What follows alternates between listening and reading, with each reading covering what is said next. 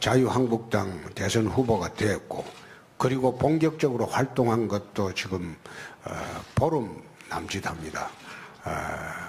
문재인 후보나 안철수 후보는 지난 5년간 대선 준비를 하면서 열심히 뛰었다고 봅니다. 지금 한국의 보수 우파들이 일시적으로 안철수 후보에게 가 있지만은 그 안 후보의 사실상 그 모습을 들여다보면 박지원 대표의 뒤에서 모든 오퍼레이팅을 박지원 대표가 하는 거 아닌가, 그렇게 국민이 알게 된다면 우리 보수 우파들이 안 후보 지지는 처리할 수 있을 것으로 봅니다. 더구나 안보 문제에 있어서 안 후보의 태도는 오락가락했습니다. 그리고 지도자상의 가장 중요한 것은 뚜렷한 소신과 강단과 결기라고 봅니다.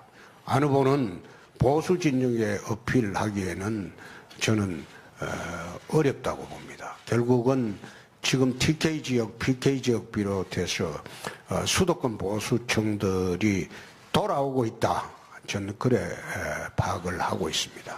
특히 지난번에 4.12 재보궐선거에서 여론조사 수치대로 한다면 저희 당이 도저히 이길 수 없는 그런 수치입니다. 그 당시에 경기도 선거 예를 들면 4곳을 광역 기초를 4곳을 했는데 4곳 중에 3곳을 저희들이 이기고 민주당이 1곳을 이겼습니다. 그 당시 언론에서도 이것이 전국에 실시되는 4.12 보궐선거가 대선 풍향계라고 될 것이라고 그렇게 대대적으로 보도를 했습니다만, 막상 우리가 후보를 낸 23곳 중에서 12곳을 우리가 이기고 압승을 했습니다. 압승을 하고 난 뒤에 언론의 그런 평가는 전혀 그날부터 없어졌습니다. 사라지고. 그래서 저희들이 여론에도 상당히 어려움을 겪고 있다, 저는 그런 느낌을 받지만은 현장에 나타나는 열기하고 그 다음에 밑바닥 민심은 이제 돌아오고 있다, 그렇게 보고 있기 때문에 결국은 보수 우파의 표들은 안철수 후보를 지지하기가 어려울 것이다, 저는 그렇게 보고 있습니다. 최근에 또 추세도 안 후보의 보수표가 전부 우리 쪽으로 오고 있는 추세라는 것은 우리 내부의 조사 결과도 다 나와 있습니다. 현재 또 진행되고 있는 일부 여론조사의 문제점을 감안을 한다면 저는 우리 내부에서 조사하고 있는 그런 여론의 추세를 확신을 합니다.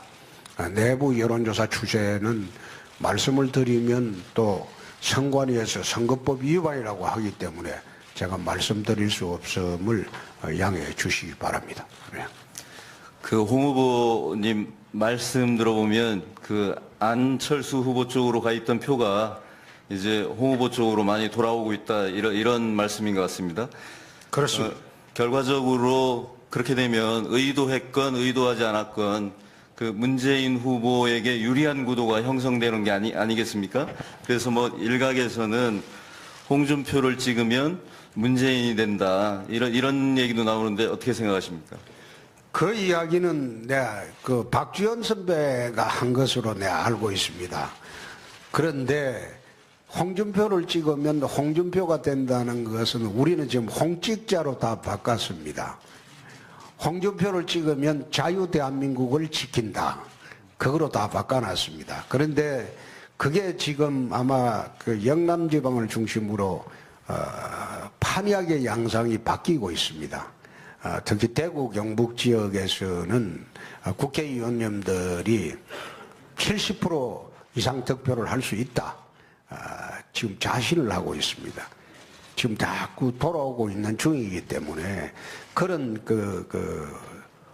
홍준표 찍으면 문재인 된다는 그런 구도는 나는 국민들이 받아들이지 않을 것으로 봅니다. 또 최근에 제가 이야기한 것 중에서 지도자는 어떤 상황에서도 거짓말해서는 안 된다, 그걸 누차 이야기를 했는데, 최근에 문재인 후보에 대한 거짓말 논란이 끊이지 않고 또 지난번에 북한 인권 결의안 문제를 갖고 내 이야기할 때 TV 토론에서 청와대 회의록을 공개하면 이게 대부분 답이 나올 건데 왜 회의록을 공개하지 않느냐 했는데 오늘 아침에 나오다가 보니까 청와대에 메모가 공개가 돼서 송민숙 회고록에 보면 문재인 후보 거짓말도 크게 한 것이 됩니다. 그래서 국민들이 그런 거짓말하는 분 그리고 또 안보 관련해서 북한을 주적이라고 말하지 않는 그런 분한테 과연 국군 통수권을 맡길 수 있을 것이냐 저는 거기에 대해서는 상당히 회의적으로 봅니다. 그래서 문재인 후보가 저는 보기에는 대통령 되기는 어렵지 않을까 저는 그것을 확신합니다. 예. 네, 그 선거 관련돼서 좀 더 여쭤보고 들어가겠습니다. 대선 출마 활동하신 지 지금 뭐 약 한 보름 정도밖에 되지 않으셨다고 말씀하셨는데 아니 한 달 정도 됐죠. 네, 본격적인 건 출마해서 하시고 그런데 여론조사를 보게 되면은 우리 홍 후보님이 지지도가 그리 높게 올라가지 않고 있습니다. 또 보수층의 지지들을 모으는 게 쉽지 않은 것 같은데요. 네.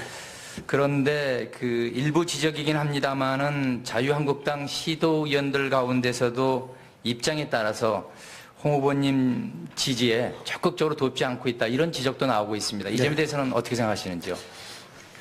그것은 지지도가 낮으면 분산이 우리 그 당의 당뇨들이나 우리 당의 국회의원들이나 전부 기가 죽게 돼 있습니다. 그런데 최근에 대구 그다음에 울산, 부산, 경남 또 어제는 인천, 평택, 수원, 용인 이런 지역을 돌면서 현장에서 따라갔던 기자들한테 내가 그래 물어본 적이 있습니다. 이게 7, 8% 지지도 가진 후보냐? 과연 그 여론조사가 옳으냐? 지금 여론조사는 사실상 응답률이 어떤 여론조사를 보면 27만 통을 전화했는데 1997통의 응답률 말하자면 4.1% 가지고 하는데 96%의 국민들 그 의사는 도외시하고 광적인 지지계층 응답률만 가지고 여론조사라고 발표하는 것은 저는 옳지 않다는 생각입니다. 예를 들어서 2004년도 노무현 대통령 탄핵 시에 제가 동대문 의뢰 출마를 했는데 선거운동 시작 직전 이틀 전 여론조사가 제가 16%, 상대방 열린우리당 후보가 48%였습니다. 그러면 이거 선거운동 하지 말라는 소리거든요. 그래서 그때는 그걸 믿고 내가 한 6일 동안 선거운동이 시작돼도 밖에 나가질 않았습니다. 어차피 떨어질 건데 뭐 하려고 나가냐. 그래서 한 6일 동안 지구당에서 문 걸어 잠가놓고 바둑만 두고 있었습니다. 그러니까 6일 지나고 난 뒤에 우리 시의원, 구의원들이 당사로 찾아와서 밑바닥은 다른데 왜 위원장은 안 나오냐. 이래가지고 내 마지막 선거운동을 한 엿새 한 일이 있습니다. 근데 깨보니까 제가 1.2%를 이겼습니다. 그럼 그 사이에 34%가 움직였다는 건데 나는 그런 여론조사 믿지 않습니다. 또 경남지사 보궐선거하고 그 다음에 2014년도 선거를 할 때 경남에서 어느 유명한 여론조사 기관이 제시한 것은 내하고 상대부 여론조사 차이가 0.1%라고 했습니다. 그걸 신문에 대대적으로 냈어요. 근데 끝나고 난 뒤 보니까 그 내부 경선 때 이야기입니다. 도민 여론조사가. 근데 우리가 한 여론조사는 무려 24%가 차이 났는데 그 신문에서 또 그 여론조사 기관하고 한 그 후보 지지율자가 내부 경선에서 도민 여론조사가 0.1% 차이라고 신문 1면, 2면, 3면 대대적으로 냈어요. 끝나고 난 뒤에 내가 그 여론조사 로데이터를 보자. 그 로데이터 불러가지고 내 선관위 제소를 했습니다. 그 여론조사 기관 문 닫았습니다. 의도적인 조작으로 밝혀졌어. 그래서 저는 2004년 이래에 여론조사를 믿고 선거운동 하지 않습니다. 밑바닥 여론이나 우리 자체 여론조사는 확연히 다르다는 거 다시 한번 말씀드립니다. 예. 그러면은 지금 그 대선이 시작된 이후에 대한민국에서 나온 모든 여론조사가 에서 홍준표 후보께서 10%를 넘는 경우가 드물었는데 그럼 모든 여론조사가 다 틀리고 홍준표 후보 캠프에서 하는 자체 여론조사만 맞다. 그런 말. 내가 그런 뜻은 아니고요. 네. 여태 나왔던 것은 내 맞다는 이야기를 전제로 하겠습니다. 그러나 최근에 그 양상이 많이 달라졌다고 내 말씀을 드린 겁니다. 여태 나온 여론조사는 그렇게 나올 수가 있습니다. 우선 보수 진영이 태극기 민심도 지금 우리가 다 흐트러졌고 또 일부 바른정당도 떨어져 나갔기 때문에 아마 여론조사 할 때 그런 경향이 있었다. 그것까지는 내가 동의를 하겠는데 근데 최근에 지금 선거운동이 시작되면서 여론조사는 많이 달라져 있다. 그 뜻입니다. 예.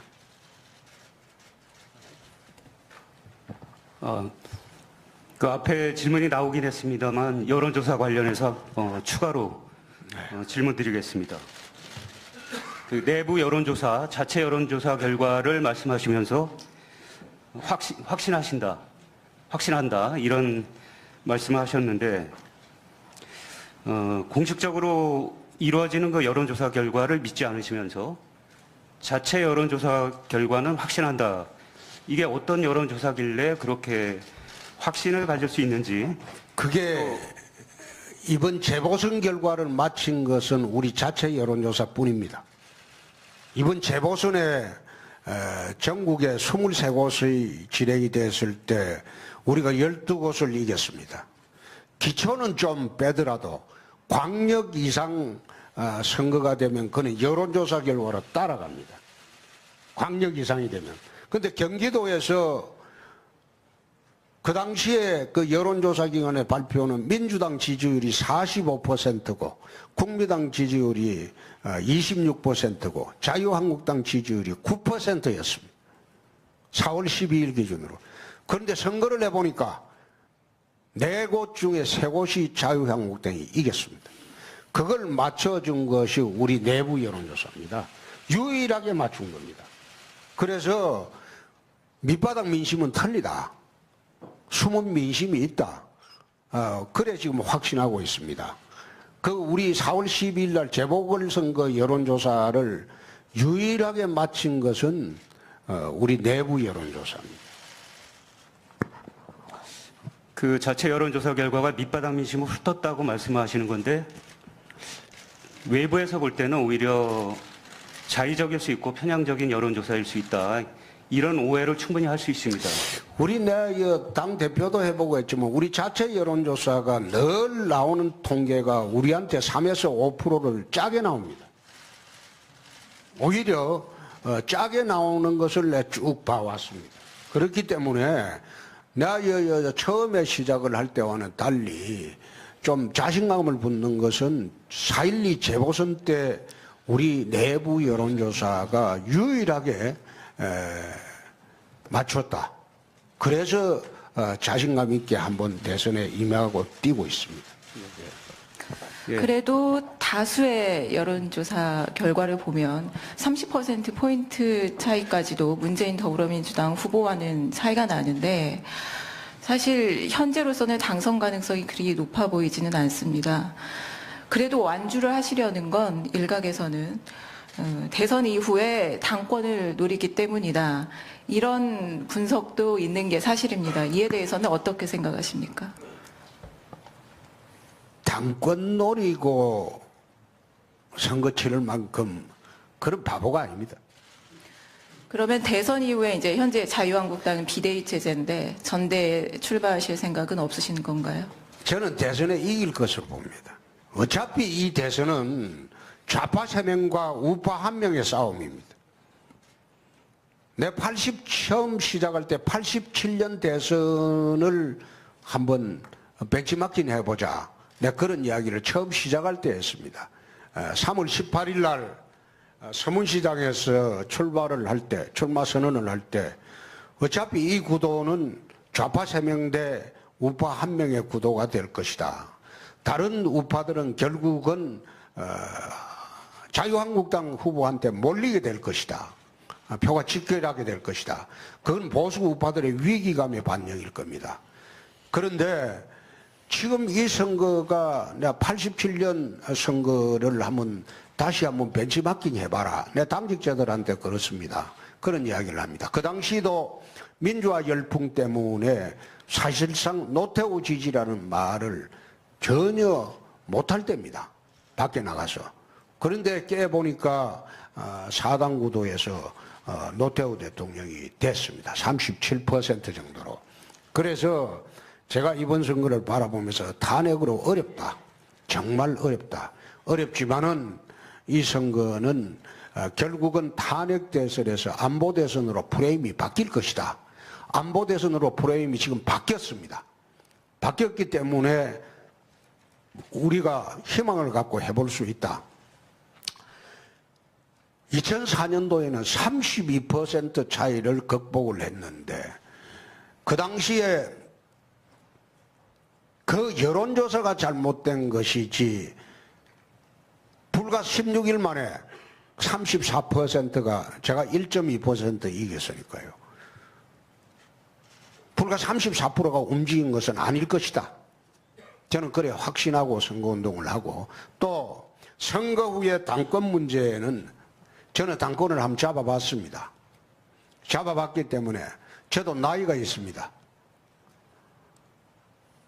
40대 41에 국회의원이 돼서 들어갔지만 22년이 지났습니다. 더 이상 추악에 당권에 매달리고 그런 짓 하지 않습니다. 대선 승리하기 위해서만 열심히 하지 그 외에는 당권에 집착한다. 그런 이야기는 이야기를 하는 게 제가 홍준표를 잘 몰라서 하는 이야기입니다. 예, 다른 질문 드리겠습니다. 동남풍이 불면 대선이 달라진다. 우파가 지면 낙동강에 빠져 죽어야 한다. 영남 유세에서 이렇게 말씀하셨는데요. 네. 지역주의는 한국 정치가 극복해야 할 과제인데 지역주의를 오히려 부추기고 거기에 기대시려는 것 아닙니까?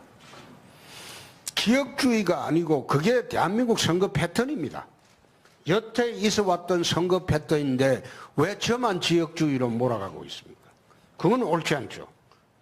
지금 호남에서 지금 선거 패턴을 할 때마다 92%가 호남 지지를 했잖아요. 그건 지역주의 아닙니까? 그거는 극도의 지역주의죠. 그런데 유일하게 저만 앉아서 지역주의에 매몰되어 있다. 그래 이야기하면 안 되죠. 지금 호남의 선거 패턴이 오히려 지금 그 안철수 후보나 그 다음에 문재인 후보는 그 자세히 보시면 그 호남 1, 2중대입니다. 호남 1, 2중대고 안철수 후보 당의 국회의원이 지역구가 25명인가 됐는데 23명이 호남입니다. 2명만 수도권입니다. 그런데 지역당 1, 2구도로 지금 선거를 치르고 있어요. 호남에서 지금 안철수 후보나 문재인 후보가 절반의 게임을 하고 있습니다. 과거 같으면 거기 90%가 훨씬 넘는 지지율이에요. 그게 지역주의 아닙니까? 영남에서는 오히려 지지율이 75%를 넘은 적이 없습니다. 그런데 동남풍이 불면 대선 판도가 달라지죠. 수도권을 올라오고 하면. 그건 여태 있었던 선거 패턴을 이야기하는 건데 왜 저만 지역주의로 그래 매몰시키는지 모르겠습니다. 지금 안철수 후보당이나 문재인 후보당은 선거 끝나면 무조건 합칩니다. 한번 두고 보십시오. 합당을 합니다. 합당을 해야지 국정 운영이 가능합니다. 1번이 되든 3번이 되든 합당을 하게 되어 있습니다. 그럼 그 두 후보는 별개의 사람이 아니고 한 사람입니다. 한 사람의 후보입니다.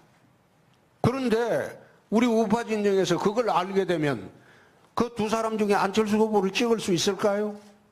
그건 나는 못 찍는다고 봅니다.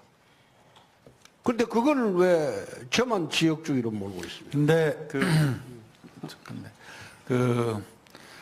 저 안철수 후보, 문재인 후보를 호남 1, 2중대라고 하셨는데, 그 문제는 영남에서도 그분들이 1, 2위를 하고 있습니다. 근데 역대 대선에서 이렇게 지역주의가 사라진 적이 없습니다. 근데 홍 후보께서만 유독 그 지역주의를 지금 얘기하시는 거 아닌가요?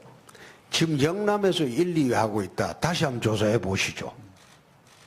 그 판도 바뀌었습니다. 벌써 그거는 영남 가보면 그 판이 바뀌어져 있습니다. 바뀌어져 있고 영남에서 안철수 후보가 약진한 것은 원래 영남 지역에 가보면요. 김대중 대통령 있을 때도 영남 지역에 20% 이상 득표는 반드시 했습니다. 특히 노무현 후보 있을 때는 영남 지역 투표가 30%가 넘은 적이 있습니다. 전통적인 그 당시에 민주당 지지 계층들이 영남 지역에는 존재합니다.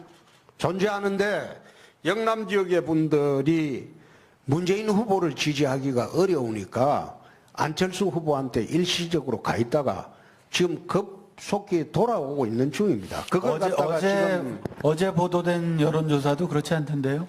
어제 보도된 여론조사 내 안 믿습니다. 우리 여론조사는 또 따로 있으니까요.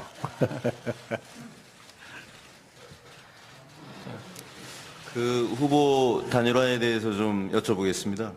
그 어찌됐건 보수 후보 단일화 이거는 현재로선 그 돌파구 차원에서 무조건 해야 된다 이런 보수층의 목소리가 높습니다.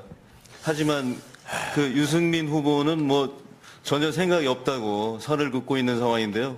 보수 후보 단일화 어떻게 될 것 같습니까? 나는 유승민 후보를 강남 좌파로 보지 그분은 정책을 한번 보십시오. 정책은 심상정 후보와 같다고 스스로 토론에서 이야기를 했습니다. 그래서 그건 보수 우파의 후보로 보지 않습니다. 또 여론조사 추이를 보면 유승민 후보의 그 1, 2% 지지율이 사퇴를 하면 안철수 후보한테 가는 것으로 우리는 조사가 됐습니다. 우리한테 오지 않습니다. 그래서 유승민 후보하고 단일화 문제는 나는 의미가 없다고 봅니다. 영남 지역에서 가보면 유승민 후보 단일화하면 오히려 투표장 가지 않겠다는 분이 훨씬 많습니다. 훨씬 많습니다. 그래서 이 보수 후보 단일화 그건 언론에서 또 상징적으로 이야기하는 거기에 불과하지 거기에 단일화한다는 것은 우리 선거에 도움이 전혀 되지 않는다. 이미 결론을 그려냈기 때문에 이 단일화하는 거는 난 의미가 없다고 봅니다. 옛날에 우리가 그 보수 정권에서는 언제나 단독으로 정권을 잡았습니다. 단일화를 안 했습니다. 단일화는 주로 야권에서 야권 후보 단일화 운동을 늘 했습니다. 늘 했는데 이명박 정부 때도 탄생할 때도 우리는 유일하게 한나라당의 힘으로 집권을 했고 또 박근혜 후보 할 때도 새누리당 이름으로 집권을 했고 단일화 문제는 전부 야권 연대의 단일화 문제만 제기가 됐는데 이번에 탄핵으로 인해서 좌파 강풍 시대가 지속이 되니까 거꾸로 이제 약자가 보수 진영에 대해서 보수 후보 단일화 문제를 제기를 하고 있습니다. 그러나 우리 보수 진영에 특히 보수 우파 진영의 분들은 결국은 투표장에 가실 때 가능성 있는 후보에게 집중 투표를 할 것으로 저는 확신을 합니다. 네. 그 유승민 후보를 강남 좌파다 이렇게 말씀하셨고요. 그리고 저 안철수 후보는 얼치기 좌파다 이렇게 또 규정을 하셨는데 그 최근에 안철수 후보의 모습을 보면 그렇게 뭐 좌파 모습이 잘 보이지 않고 오히려 그 보수 색깔을 많이 내는 걸로 보입니다. 그런 상황인데 혹시 안철수 후보와 연대할 가능성 뭐 이런 걸 좀 열어놓고 있습니까? 전혀 없습니다. 그런 일이 없습니다. 어느 정권을 막기 위해서 이념과 정체성이 다른 정당이 같이 한다. 그것은 정치도에 맞지 않다고 저는 봅니다. 자, 그럼 가정을 해서 한번 여쭙겠습니다. 선거 막판에 홍준표 후보께서 어느 정도 의미 있는 지지율을 확보하고 그리고 문재인 후보가 1등을 하는데 홍준표 후보와 안철수 후보가 단일화를 해서 예를 들어서 안철수 후보로 단일화로 되면 안철수 후보가 승리한다라고 할 때 보수층에선 홍준표 당신 좀 물러나시오. 이런 요구가 쏟아질 수도 있습니다. 그런 경우에 어떻게 하시겠습니까? 그럼 거꾸로 질문을 내가 한번 해보겠습니다. 선거 막바지 가갖고 내가 안철수 후보보다 집권을 할 가능성이 있다. 문재인 후보의 대항마, 좌우 대결의 대항마가 된다. 그렇게 할 때 안철수 후보한테 물어봤습니까? 물어본 일이 없죠. 그러니까 선거라는 거는 대선은 특히 대한민국 대선은 절대 이대로 흘러가지 않습니다. 출렁입니다. 출렁일 때 그 파도를 누가 타느냐? 거기에 마지막 승부처가 있습니다. 노무현 후보가 3위 하다가 급작히 1위로 뛰어 올란 것은 그는 불과 선거 2주 전입니다. 2002년도 한번 보시죠. 지금 우리 본부장께서 묻는 그 취지는 나보고 들어가라는 건데 그 한국 보수 적통의 후보가 들어가고 지금 보수인지 진보인지도 모르고 좌우에 양다리 떡 걸쳐놓고 가랭이 걸쳐놓고 다리 걸쳐놓고 있는 그 후보한테 양보하라. 그거는 난센스죠. 그 질문 자체가. 거꾸로 안철수 후보한테 왔을 때 홍준표가 만약 세지면 양보할 용이 있는가 그렇게 물어본 일이 있습니까? 물어보지 않았지 않습니까? 근데 굳이 나한테 그런 걸 물어보는 거는 그건 또 무슨 의도로 물어보는지 내 이해하기 어렵네요. 이 관훈 토론회에서 저희는 묻는 사람이고 후보로 초청되신 분은 대답하는 사람입니다. 저희는 여러 가지를 물을 수가 있습니다. 아니, 질문의 의도를 가지고 말씀하시는 거는 아니 그렇죠. 여러 가지 물어볼 수가 있는데 가불관계로 상징하고 물어보는 거는 적정하지가 않죠. 상대방도 입장이 있는데 지금 세상이 1인 미디어 시대입니다. 1인 미디어 시대인데 언론 입장에서는 무조건 내가 갑이다. 너희는 묻는 대로 답해라. 이렇게 말하는 그것도 옳지가 않습니다. 그러니까 물음을 좀 주실 때 어떤 물음도 좋습니다. 그런데 상대방의 입장을 고려해서 정반대의 경우도 생길 수 있다. 그럼 생각하고 물어주셔야죠. 그렇지 않습니까? 네, 넘어가죠. 네. 그런데 지금 정권 교체를 바라는 그 민심 중에는 분명히 탄핵에 찬성했던 보수층도 포함이 돼 있습니다. 이들은 다시 말하면 이 자유한국당은 정권 연장을 반대하는 표심이라고도 볼 수 있는데 설득하실 방법이 있으신가요? 정권 교체라는 게 그렇습니다. 지금 교체할 정권이 없어졌습니다. 무정부입니다. 교체할 대상은 지금 다 없어져 버렸어요. 무정부 상태. 무정부 상태인데 교체할 정권이 있습니까? 자유한국당은 이제 일부 문제되는 분들 나가고 난 뒤에 새롭게 이제 후보를 뽑았습니다. 홍준표 정권이 되면 그건 정권이 바뀐 겁니다. 홍준표 정권이 어떻게 박근혜 정권이 이익입니까? 노무현 정권 들어왔을 때 대한민국 국민들이 김대중 정권 이익으로 봤습니까? 제일 처음에 노무현 정권 들어와서 한 일이 뭡니까? 김대중 정권하고 차별화하기 위해서 대북 송금 특검을 해가지고 단절을 하고 출발을 했습니다. 당하고는 다르게. 마찬가지로 이명박 정권 끝나고 난 뒤에 박근혜 정권 들어왔을 때 박근혜 정권이 이명박 정권이 이익입니까? 그렇지 않습니다.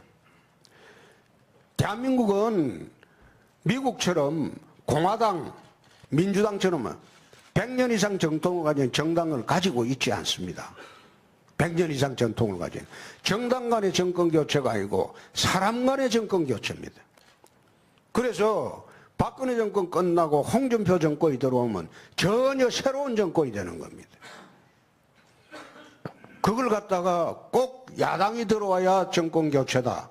나는 그렇게 보지 않습니다. 홍준표 정권이 들어오면 박근혜 정권이 이기가 아닙니다.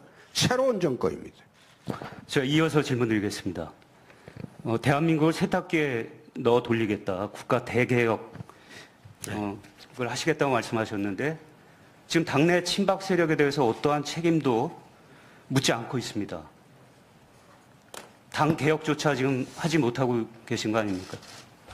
예, 우리 유순열 기자님, 지금 선거가 코앞에 왔는데 당 내분으로 선거 치를 수가 있습니까? 아니 지금 저보고 내가 처음에 들어와서 후보 되는 날 내가 그런 이야기를 했어요. 초상집 상주가 될지 잔치집의 혼주가 될지는 한번 지켜보자. 내가 초상집 상주가 될지 잔치집 혼주가 될지는 지켜보자. 지금 당 내분에 휩싸여 가지고 누구를 쳐내고 대통령 선거에서는요, 지게작대기도 필요한 게 대통령 선거입니다. 그런데 어떻게 당 내부에 내분 그거 정리하는데 시간 보내다가 대선 끝날 겁니까? 친박 문제가, 내가 분명히 그런 이야기를 했어요. 친박이라는 것은 대통령 국정 지지 세력에 불과하다. 후보가 달라지고 또 집권 주체가 달라지면 그분들은 새로운 정권의 지지 세력이다. 소위 개파라는 게 나는 친노는 내 개파로 봅니다. 좌파 이념으로 뭉쳐져 있기 때문에 이념 집단으로 봅니다. 그래서 그것은 개파가 있을 수가 있어요. 그런데 한나라당에는 또 새누리당에는 국정 지지 세력이었지 그걸 특정한 개파라고 난 보지 않습니다. 지금은 과거 친박이었던 분들도 당권 정지됐던 분들도 홍준표 대선을 위해서 열심히 뛰고 있습니다. 고마운 사람들입니다. 만약 제가 집권을 하게 되면 그분들은 또 국정 지지 세력이 됩니다. 저는 정치 22년 했지만은 어느 개파에 속해 본 일 없는 독고다입니다. 독고다이라고 하니까 이걸 자꾸 일본말로 생각하는데 그 우리나라 속어입니다. 혼자 결정하고 혼자 고뇌하고 그리고 혼자서 헤쳐나간다. 우리나라 속어입니다. 그런데 여태 22년 동안 그런 정치를 해왔어요. 그런데 이번에 22년 만에 독고다이한테 세력이 붙은 겁니다. 자유한국당이라는 세력이 붙여준 겁니다. 그래서 저는 기울어진 운동장이고 힘든 싸움이지만은 한번 해볼 기회가 생겼다. 그렇게 생각하고 지금 대선하고 있습니다. 더 이상 내 친박 문제 그리고 바른정당과의 관계 그것도 내가 관여하지 않겠다고 했습니다. 관여하지 않고 내분 그게 중요한 게 아니고 국민을 향해서 지금 어떻게 뛰고 어떻게 메시지를 보내느냐 그게 중요한 시점이지. 지금 당 내분에 지금 휩싸여 가지고 만약 내 집권해 보세요. 바로 계획을 당 계획부터 싸게 뿌리죠. 지금은 내가 당 계획할 시간도 없고 힘도 없습니다. 하나만 더 여쭙겠습니다.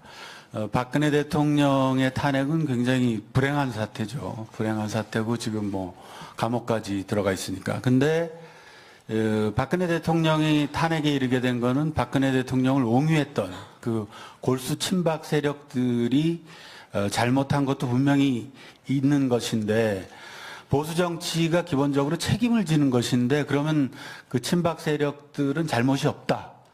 내가 집권하면 그 사람들이 나한테 충성할 것이다. 뭐 이런 얘기입니까? 그런 뜻이 아니고 그분들은 핵심되는 분들이겠죠. 핵심되는 분들. 다른 분들이야 그냥 이제 박근혜 대통령 덕을 봐서 이제 공천 받아서 당선된 사람이고 나머지는 정말 중요한 건 핵심 세력들이겠죠. 그 핵심 세력들은 사실상 정치적으로 박근혜 대통령하고 같이 탄핵이 됐습니다. 정치적으로 움직이기가 어려워요. 그 핵심 세력들은 우리가 정치적으로 같이 탄핵이 됐습니다. 그래서 이번 선거 전면에 못 나올 겁니다. 선거 전면에 내세우지도 않습니다. 그분들이 스스로 뛰어다니면서 홍준표 선거운동을 하는 것은 변론으로 하고 나머지 제가 선거운동의 전면에 내세우질 않습니다. 네. 원론적인 질문 하나 더 드리겠습니다. 후보님은 이념적으로 보수를 지향하는 정치인입니다. 그렇지만 한국 사회에서 보수 진보의 기준은 모호한 구석이 적지 않습니다. 후보님이 생각하시는 보수는 어떤 것입니까? 아울러 지난 9년, 10년 보수 정권은 보수 가치를 제대로 지키고 실천했다고 보십니까? 보수 진보의 그 갈림길이라고 하기보다는 좌파우파의 갈림길이죠. 좌파우파의 갈림길을 저는 그 우파는 자유를 중점적으로 가치를 두는 집단으로 생각을 하고 좌파는 평등을 그 중점적 가치로 두는 집단으로 그렇게 봅니다. 그렇기 때문에 자유주의를 최상의 가치로 두고 있는 보수 우파 진영하고 평등을 최우선 가치로 두고 있는 진보 좌파 지구군하고 구분의 기준은 나는 자유와 평등으로 봅니다. 그러나 한국 사회가 아직 선진국으로 가기도 어렵고 그래서 아직까지도 보수 우파의 자유주의를 기초로 해서 대한민국이 형성되어야 한다고 봅니다. 1960년도 초에 아시아에 두 가지 큰 사건이 있었습니다. 하나는 박정희 장군이 쿠데타를 해서 집권을 했고 그 다음에 또 하나는 버마, 미얀마의 내위인이 집권을 했습니다. 같이 집권을 해서 내위인은 국가체제를 국가사회주의로 갔습니다. 그리고 박정희 장군은 대한민국에 집권을 해서 자본주의 체제로 갔습니다. 그 당시에 미얀마의 국민소득하고 아시아의 최대 부국이었어요. 잘 사는 나라였어요. 그 후에 60년 이후에 대한민국의 상 보고 미얀마 상을 보면 미얀마는 국민소득 1300달러로 세계 최빈국으로 분류가 되어 있습니다. 대한민국은 지금 3만 달러에 육박하는 선진국으로 분류가 되어 있습니다. 지도자가 국가 체제를 어떤 방식으로 끌고 가느냐에 따라서 60년이 지난 지금 미얀마와 한국을 비교해 보면 어느 방향으로 지금 가야 할지 그 답이 나옵니다. 그래서 저는 아직은 완벽하게 우리가 선진국에 올라설 때까지는 자유를 중심으로 하는 그런 자본주의 체제로 계속 진행이 되어야 한다고 봅니다. 선진국에 올라서고 난 뒤에 일정 궤도에 올라서고 난 뒤에 유럽이나 그런 나라들처럼 좌파가 집권해도 큰 문제가 없지 않느냐. 국가체제가 이제 시스템화되어 있기 때문에 저는 그런 생각을 합니다. 보궐선거를 무산시킨 그 후보 꼼수 사태 좀 논란이 많이 됐는데요. 보수 정치인으로서 이게 정정당당한 것인지 홍준표다운 것인지 나는 그걸 지난번에 심상정 후보 묻을 때 그럼 너희는 왜 사퇴 안 하노? 심상정 후보, 안철수 후보, 유승민 후보 국회의원 사퇴해야죠. 대선에 나왔으면 당당하게 사퇴해야죠. 당당하게 사퇴하고 그 보궐선거를 만들어줘야죠. 자기들은 사퇴 안 하고 내가 보궐선거 안 만드는 거 그걸 갖다가 꼼수 사퇴로 모는 게 과연 정당하냐. 대선에 나왔으면요 법률상으로 그 국회의원들이 법률을 만들어가고 자기들은 사퇴 안 하게 딱 만들어놨어요. 다른 사람은 다 사퇴하라고 하고 국회에서 법을 그래 만들어야죠. 미국 같은 경우에는 주지사가 절대 사퇴 안 합니다. 대통령 당선되면 사퇴합니다. 사퇴 조항이 없어요. 그런데 우리나라는 국회의원 자기들 빼놓고는 다 사퇴하라고 그래 해놨는데 그러면 국회의원에 나왔던 안철수 후보나 유승민 후보나 심상정 후보는 왜 사퇴하지 않습니까? 4월 9일 이전에 저는 임기가 1년 2개월밖에 안 남았습니다. 근데 이분들은 3년 가까이 남아 있습니다. 그러면 3년 가까이 남은 걸 보궐선거를 만들어 줘야지 참정권 침해가 아닌 거 아닙니까? 근데 그 사람들은 사퇴 안 하고 왜 유독 저만 몰아붙이는지. 또 이 보궐선거를 하려면 선거 비용이 170억이 들어요. 참고로 가만히 있어요. 안철수 후보는 사퇴했죠. 아니 그것도 4월 9일 이전에 사퇴해야죠. 보궐선거를 만들려면. 그렇지 않습니까? 대통령 후보 선거하고 같이 하도록 해야죠.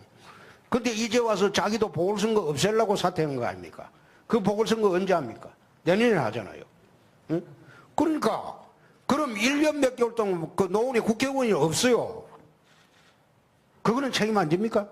그건 꼼수 사퇴 아닙니까? 오히려 그게 잘못된 거죠. 제가 보궐선거를 없앤 것은 불과 1년 2개월 하는 도지사직을 그걸 맡기려면 선거 비용이 170억 정도 든다고 해요. 그럼 도지사 나가려고 시장 군수들이 줄 사퇴하려고 기다리는 사람이 있습니다. 한 3명이 있었어요. 그럼 이 사람들도 사퇴하면 시장 군수 선거가 또 생깁니다.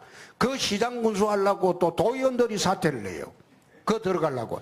제가 하나 사퇴하면 이게 이번에는 묘하게 줄 사퇴를 하게 되어 있습니다. 그렇게 되면 선거 비용이 300억 이상 듭니다.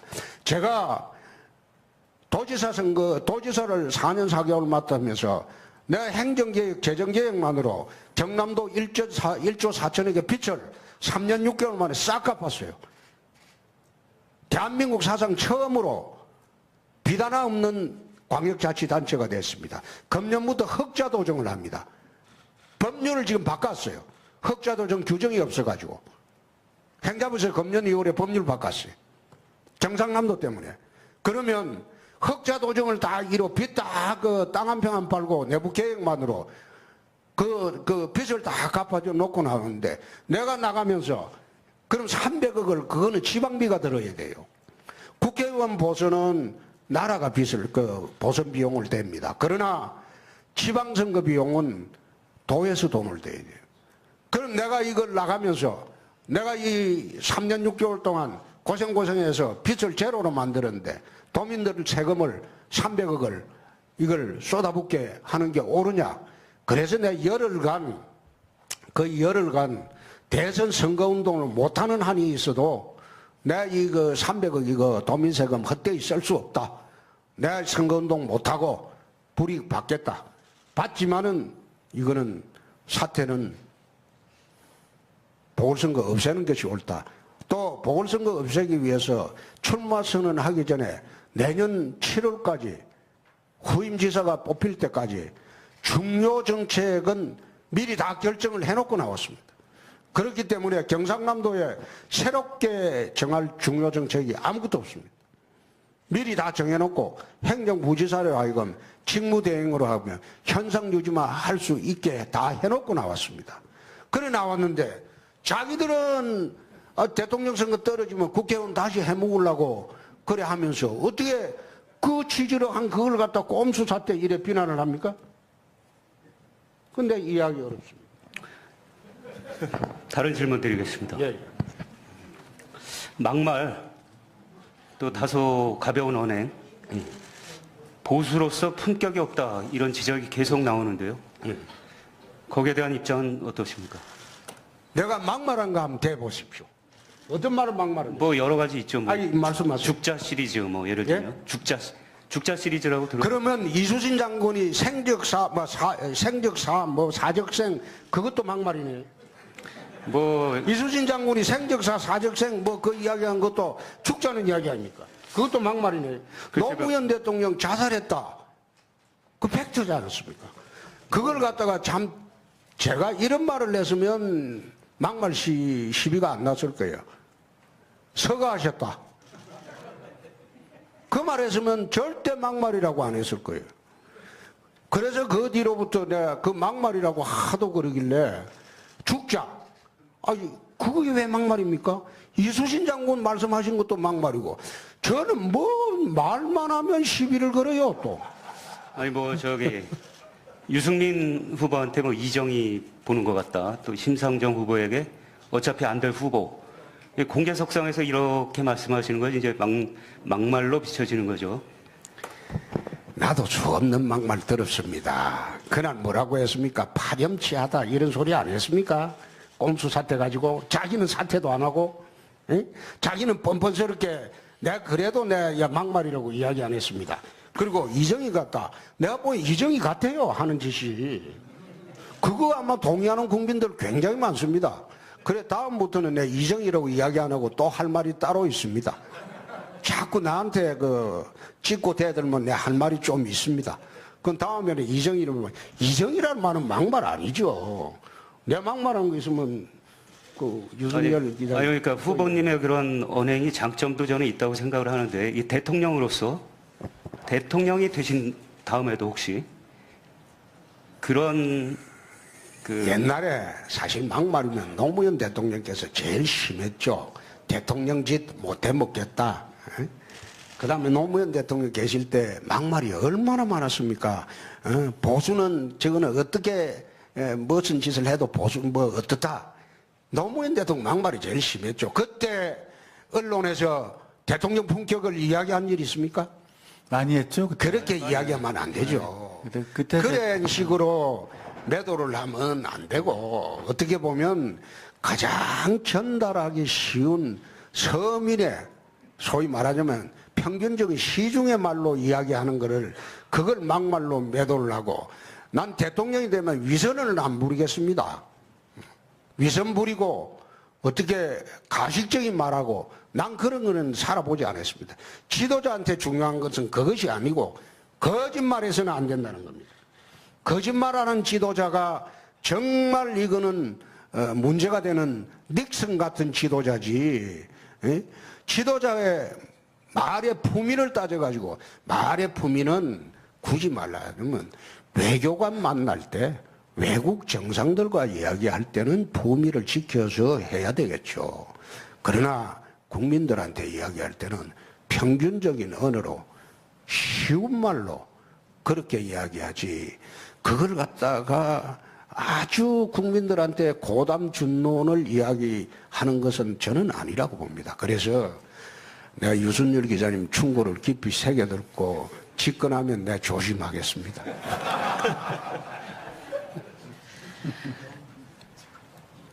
선거에 참 돈이 많이 들죠. 대선은 더 많은 돈이 듭니다. 지금 자유한국당은 시도당사, 중앙당사 이제 담보로 잡혀서 250억 원 대출받아서 이제 선거를 치르고 계십니다. 물론 뭐 당선되신다거나 아니면 15% 이상 득표하시면 문제가 없지만 그렇지 않을 최악의 경우도 사실 생각을 해야 되거든요. 돈은 현실적인 문제이기 때문에요. 그럼 이후에 선거자금 문제 내가 어떻게? 구체적으로 이야기는 안 하겠는데 이미 훨씬 넘어섰습니다. 그렇기 때문에 그 걱정 안 하셔도 됩니다. 누가 돼도 차기 대통령은 장밋빛 탄탄대로가 아니라 가시밭길이 예고돼 있습니다. 지금 뭐 여러 가지 문제, 대내외적 환경이 최악의 상황으로 지금 가고 있는 거죠. 특히 국내적으로 보면 여소야대 상황입니다. 협치 없이는 국정 운영이 불가능한 그런 상황인데 야당과의 관계 설정 잘 하실 자신이 있습니까?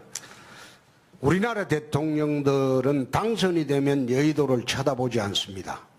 그것은 YS 때도 그랬습니다. YS, DJ, 그다음에 노무현, 이명박, 박근혜 다 여의도 출신이면서도 당선되면 여의도를 돌아보지 않습니다. 정무수석을 보면 국회의원 떨어진 사람을 정무수석을 시킵니다. 그러니까 이 사람은 정무수석이 국회의원 떨어진 사람이 하면 국회에 오질 않습니다. 여의도에. 소위 말하면 쪽팔리니까. 안 옵니다. 안 오고 과반수가 되었으면 대통령은 뒤에 앉아서 당대표나 원내대표를 압박을 해서 무조건 해내라고 합니다. 이렇게 하니까 여야의 극한 대치가 생깁니다. 지난 25년간 그랬습니다. 그런데 미국의 대통령은 그렇게 하지 않습니다. 미국 같은 경우에는 법안 제출권 그리고 예산 편성권이 의회에 있습니다.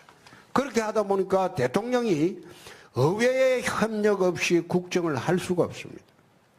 그러니까 조찬, 오찬, 만찬을 의회 지도자들하고 늘 하면서 여야 가릴 것 없이 국정을 공유합니다.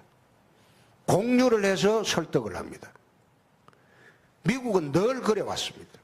그러니까 의회하고 대통령이 소수당이라도 그 대통령 직무수행이 가능한 게 거기에 있습니다. 우리나라 대통령들은 왜 여의도 출신인데 들어가면 안 나오는가 하면 여의도 이게 이젠 더 이상 꼴보기가 싫어요. 징그럽거든. 자기가 있어 보니까. 그러니까 나는 딱 베일에 가려버리고 앞에 사람들 다 내세우는 거예요.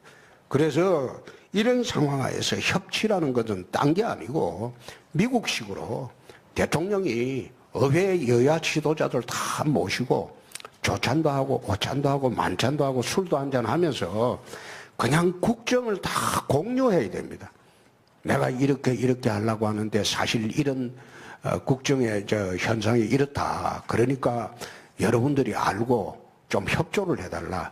이렇게 국정 협조를 하면서 국정을 공유하는 자세가 되어 있으면 아무리 극렬한 야당 반대하는 분도 그렇게 대통령이 나오면 절대 나는 반대 못하리라고 봅니다. 그래서 저희들이 집권을 하면 협치라는 말 그거 가지고 자리나 하나 묶이죠.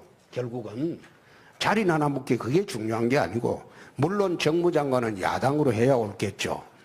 제1야당을 하는 게 옳겠지만은 대통령이 열린 자세로 의회와 소통하는 그런 미국식의 대통령제를 한번 해봤으면 합니다.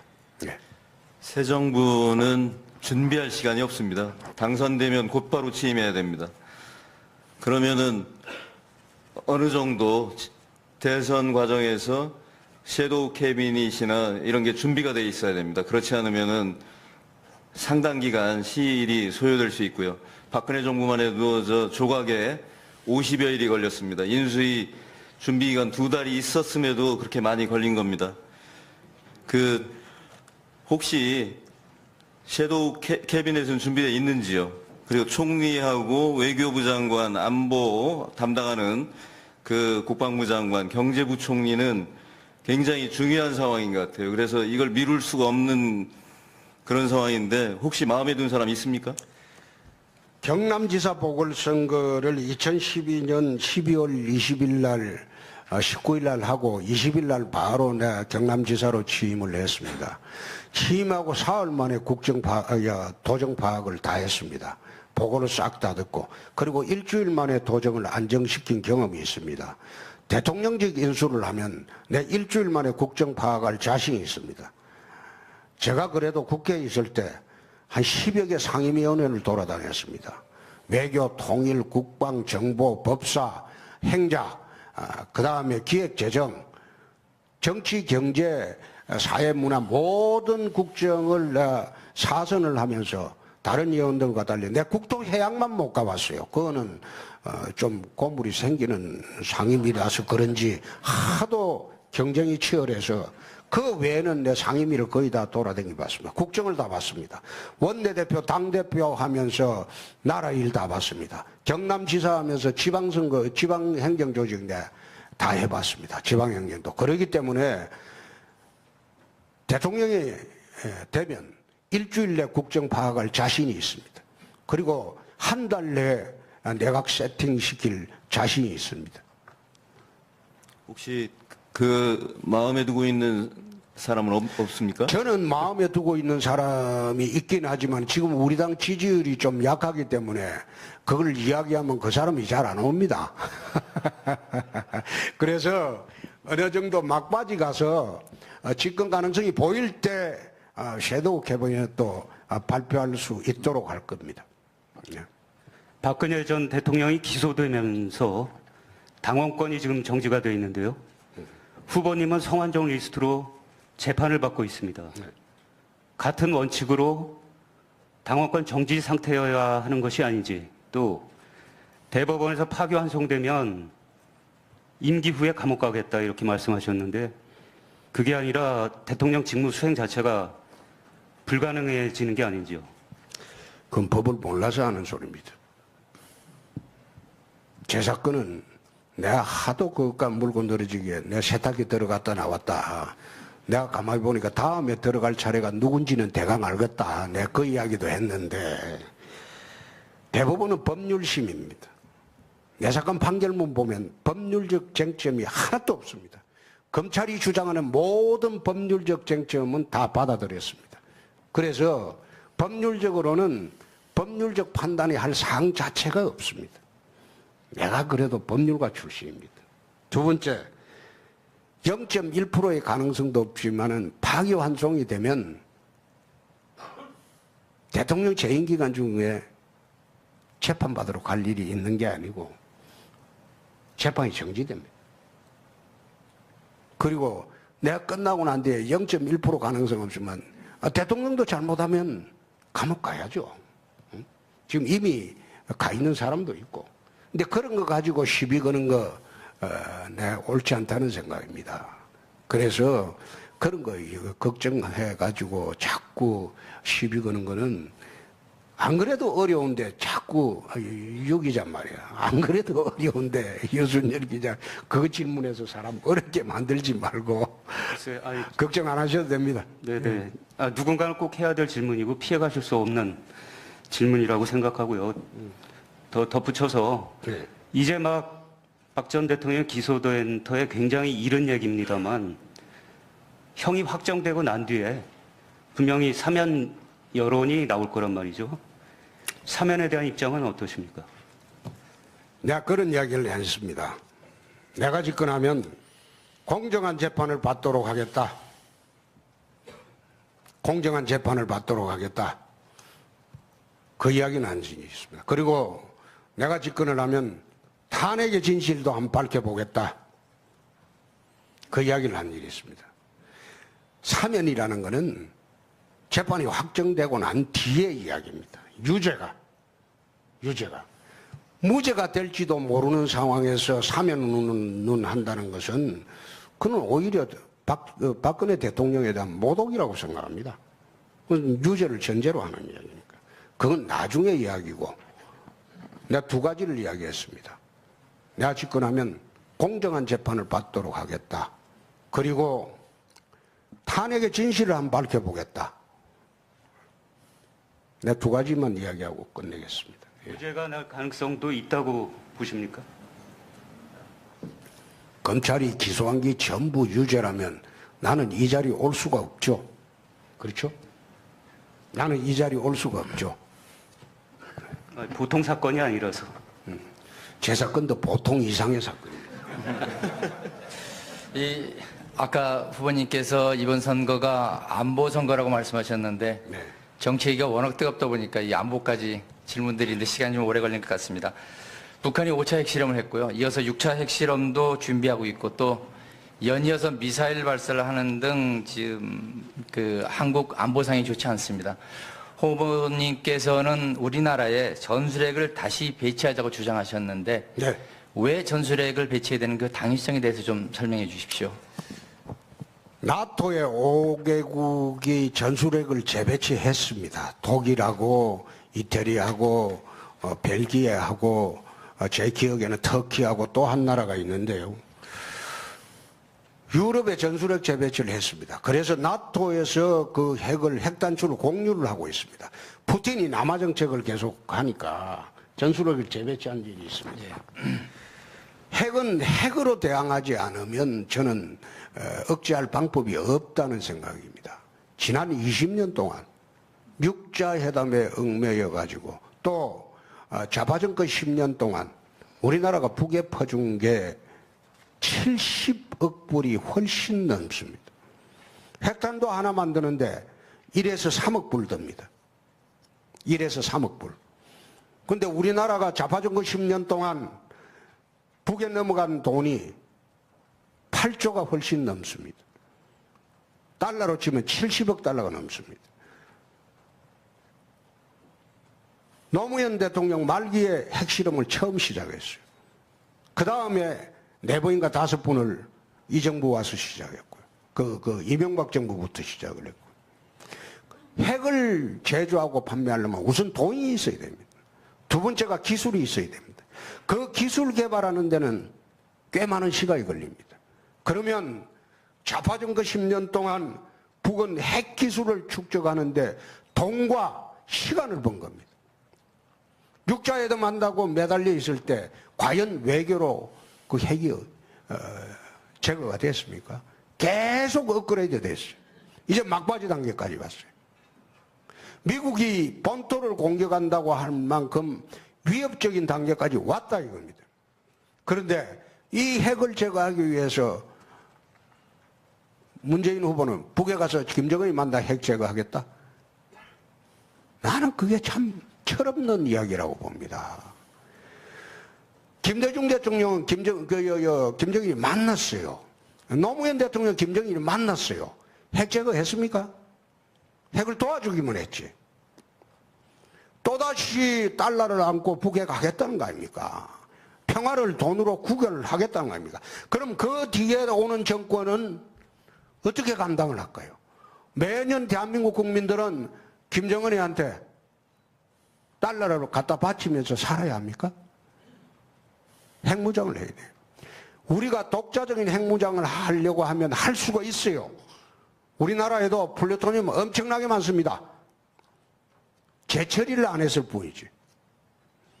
일본에 플루토늄이 수만 톤이 있습니다. 일본은 마음만 먹으면 핵탄두 1000개를 1년 6개월 만에 만들 수 있습니다. 그러나 핵무장하는 것은, 자체 핵무장하는 것은 우리가 어렵습니다. 동아시아에 핵 도미노 현상이 오기 때문에. 그러면 차선책으로 뭐냐? 미군의 전술핵을 들어와서 남북 핵균형을 이루어야 됩니다. 이루어야지 나중에 북이 핵 폐기하면 전술핵을 돌아가면 되는 겁니다. 그래 이야기하니까 문재인 후보가 지난번 토론 때 91년도 뭐 남북 비핵화 선언에 반한다 그런데 남북 비핵화 선언은 이미 북이 위반을 했죠. 비핵화하기로 했는데도 지금 핵을 다 가지고 있지 않습니까? 어떻게 그런 나이브한 생각으로 또 낭만적인 생각으로 대통령이 되고 국군 통수권자를 하려고 하는지 그게 의심스럽다는 겁니다. 그래서 전술핵 재배치는 미국하고 협상을 해서 우리가 들어와야지 되고 또 북의 특수 11군단에 대응하는 그런 해병특전사령부를 창설을 해서 북의 20만의 특수정예 부대를 부술 수 있는 그런 정예 강군을 만들어야 됩니다. 힘의 우위를 통한 무장평화정책으로 가지 않고는 대한민국은 김정은의 핵공갈에 늘 불안하게 떨면서 달러를 갖다 바쳐야 됩니다. 예, 북한의 도발을 막기 위해서 힘의 균형, 핵의 균형 이렇게 말씀해 주셨습니다. 상당 부분 공감 가는 부분도 있고요. 그런데 답변에서 말씀하실 때도 우려하셨지만은 일본의 핵무장을 빌미를 줄 수 있던 우려도 있고 또 중국에서 또 강하게 이 한국의 전술핵 배치에 대해서는 반대할 것으로 예상되는데 이 문제에 대해서는 또 어떻게 생각하시는지요? 일본 오키나와 지역에 핵이 다 철수가 됐죠. 지금은 됐는데 중국의 반대, 일본의 반대, 특히 일본의 반대는 안 하리라고 봅니다. 일본은 안 하리라고 보고 일본은 그 미일 상호 방위 조약에 따라서 일본을 침공하면 미국이 자동 개입을 합니다. 전쟁에. 미일 상위 방위 조약에 따라서. 그러나 한미 상위 방위 조약에는 자동 개입 조항이 없습니다. 침공을 하면 의회 동의를 얻어야 돼요. 의회 동의를 얻어서 이제 우리나라 이제 전쟁에 참여를 할 수 있습니다. 근데 미국은 일본 관계는 일본의 완벽한 핵 우산 체제에 들어가 있습니다. 들어가 있기 때문에 굳이 일본은 현재 핵무장할 필요가 없죠. 그런데 우리나라는 한국의 핵 우산하에 들어가 있기는 하지만은 한미 상호 방위 조약상 아주 미흡합니다. 만약 북한이 ICBM을 개발하는 목적을 저는 한국에 전란이 일어났을 때 미국의 개입을 막기 위해서 미국을 직접 타격할 수 있는 ICBM을 만든다고 봅니다. 북한하고 미국하고 사실상 북한도 그거 알 겁니다. 전쟁해 본들 게임이 안 된다는 거. 그러나 한미 상위방어 조약에 자동 참전 조항이 없는데, 에? 의회 동의를 얻어야 되는데, 북한이 전단을 개시하고 미국 동부 지역을 직접 타격할 수 있는 ICBM을 개발할 때 미국 의회에서 자기 나라의 핵 공격을 그걸 감안하고 그걸 감수하면서 한국에 참전을 하겠느냐, 그런 문제가 제기되는 거예요. 저는 북한이 ICBM 개발하는 목적을 단순히 미국을 공격하기 위한 게 아니고 한반도에 만약 유사시에 미군 참여를 발목을 묶기 위해서 ICBM 개발한다고 저는 그런 측면에서 봅니다. 내 국방위원회에 있을 때도 그렇게 봤습니다.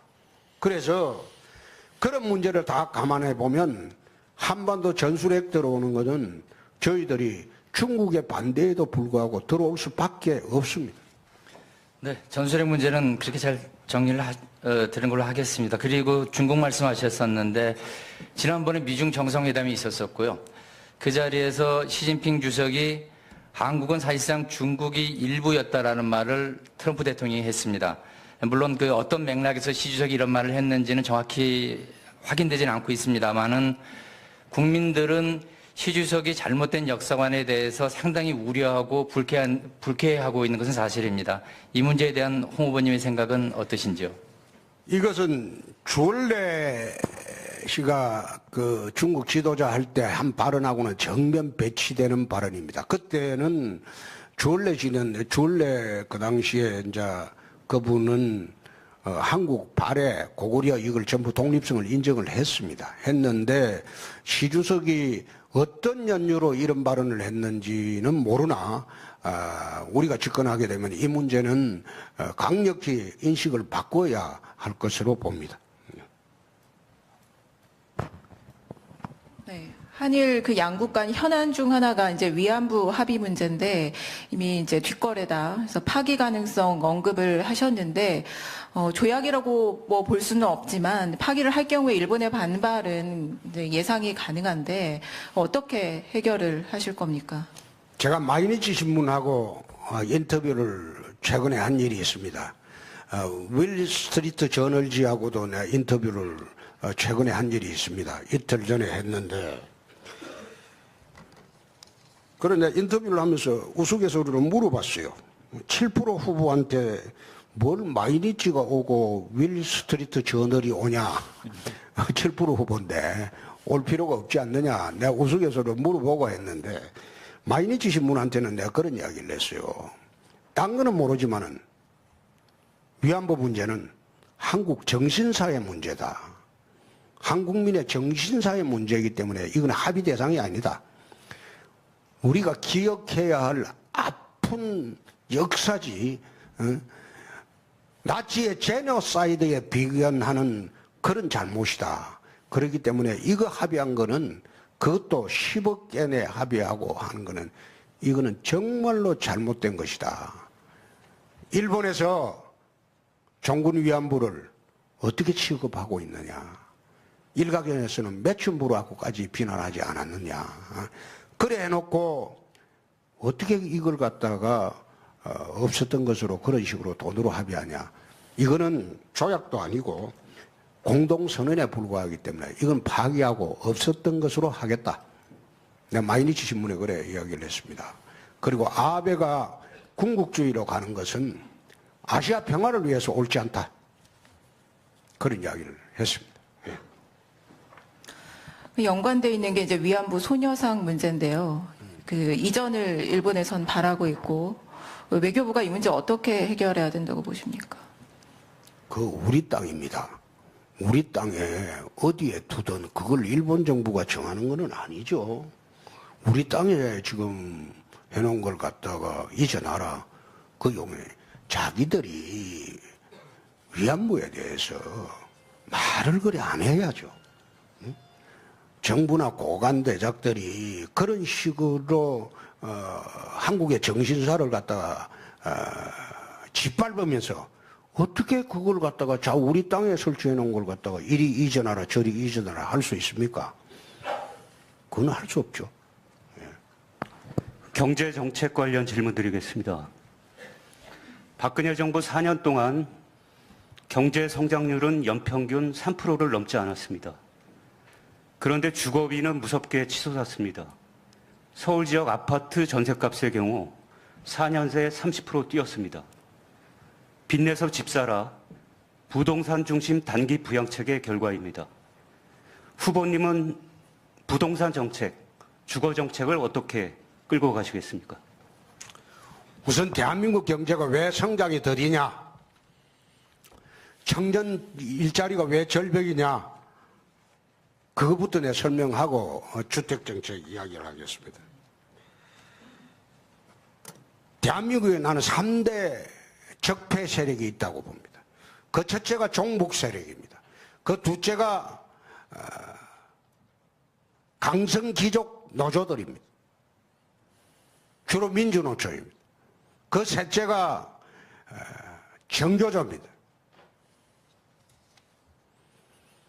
정교조를 통해서 초중고등학교 학생들에게 어릴 때부터 좌파 이념, 친북 사상을 심어주고 있습니다.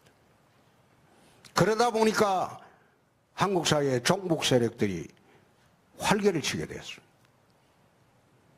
또 강성기종노조 근로자의 3%밖에 되지 않은 이 강성기종노조들이 정치에 개입하고 걸핏하면 광화문에서 파업 시위를 하고 촛불 들고 이 바람에 한국 기업들이 해외로 다 나가고 있습니다.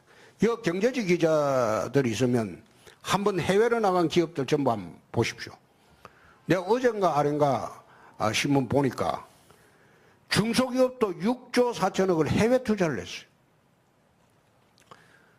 지금 대기업 중에서 국내 생산력, 해외 생산력의 차이가 지금 역전이 됐어요. 4대 6으로. 해외 생산력이 훨씬 많아졌습니다. 대기업의 입장에서는 손해가 없어요. 그래서 돈 잘 벌어갖고 가져오면 되니까. 그러나 그것 때문에 국내 일자리가 자꾸 줄어드는 겁니다. 새로 생기지가 않고. 청년들이 일자리 절벽된 게 나는 강성기종 노조 때문이라고 생각합니다. 이 노조들이 그렇게 폐악을 부리니까 기업들이 투자를 안 해요. 예를 하나 들어볼게요. 내가 경남지사를 할 때 하동에 갈사만이라고 매립지가 있습니다. 어느 자동차 회사에 50만 대 정산한다는 발표를 듣고 그 자동차 회사에 우리 갈사만에 들어오세요. 싸게 주겠습니다. 50만 대 정산하는데 오세요. 2, 3일 후에 답이 왔는데 노조 때문에 못 하겠다. 그러고 난 뒤에 사흘 후에 중국에서 정산한다고 발표가 났어요. 결국은 이게 뭐냐. 강성기종 노조들의 자기들의 특권, 세습, 고용세습도 하지 않습니까? 고용세습도 하고, 연봉이 내가 듣기로는 도지사 연봉하고 비슷해요, 평균 연봉이. 어느 노조의 평균 연봉이, 근로자들의 평균 연봉이 내 도지사 연봉하고 같더라고. 이런 세상에 매년 스트라이크를 해요. 그러니까 기업들이 기업을 할 수 있겠습니까? 그래서 이거 타파하지 않고는 대한민국의 성장도 없고 청년 일자리도 없고 아무것도 없는 거예요. 이 정치권이 금기사항입니다.